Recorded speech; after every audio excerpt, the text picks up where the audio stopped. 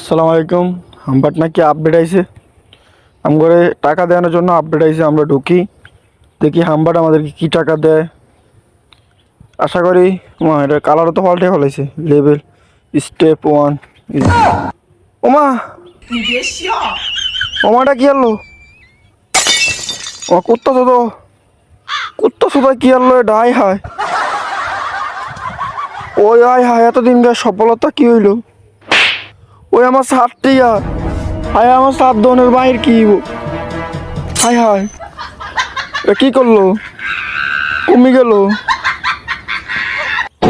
এগো, হায় গো, কামড়া করলো কি শালার ঘরে শালায়? যে শালার ঘরে শালারা এটার আশা আসিলেন, আর মতো বড় করে একটা ওগামারা খাই লাইছেন। আয় হায়,